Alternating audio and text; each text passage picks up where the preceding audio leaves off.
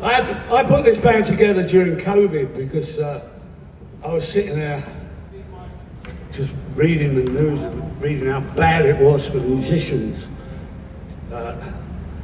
during COVID. I mean, it was bad enough prior to COVID.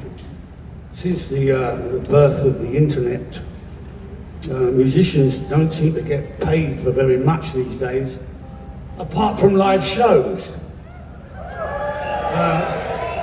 Someone seems to, all the other money from records and all that, and songwriting, seems to disappear somewhere down this thing they call the web.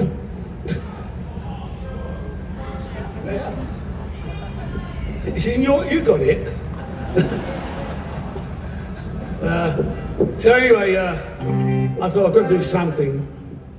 So I bunged this group of musicians together that I've always admired. And let me introduce them now. On a keyboard on the squeeze box over there, this he's a legend in the music industry. He's a Boyle from Wales. Geraint Watkins. And back there on the lead guitar we call him Toothpick. No, but his name's Doug Boyle. On percussion, the wonderful, wonderful Jodie Lynn Scott, who's playing with an injury tonight to her wrist, which is not a good thing for a percussionist. But we never give up. On the drums, Mr. Scott DeVoras. Back there on the bass, Mr. John Hogg. Billy Nichols back there on the mandola. Fabulous violinist, Katie Jacoby. And my wonderful, wonderful, I call him my brother because I wasn't lucky to have a real brother, but if I ever did have one, it would be just like him.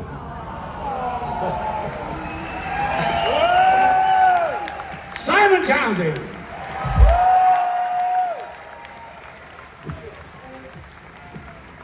I'm going to do some more rhythm now. This is completely throw you, this one. This is a Paul Simon song, which I kind of always liked as a song, and it was kind of from the 80s, the mid-80s. And in this song, Paul Simon is singing about, these are the days of miracles and wonder. This is a long-distance call, staccato signals of constant information, a loose affiliation of billionaires and millionaires. Piece of shit, you fucking cares anyway. But he was singing about stuff that today is kind of, we take it for granted, it's here, but then, what the bloody hell is he talking about? But anyway, so this was the time of apartheid, and it wasn't supposed to go down to South Africa, but Paul, he heard some musicians playing, and he heard their music, and he thought, well, bugger the politicians, I'm going down there, and I'm going to find the music, because if anything can bring people together, including countries, including races, it's music. And he did it, and he got highly criticised for it. He got cancelled at the time, but the album was a huge success, and he made it, he split all the royalties up between every member of the band. They got all the writing royalties, the publishing, everything, every penny that was made on that album was given out equally to every member of it.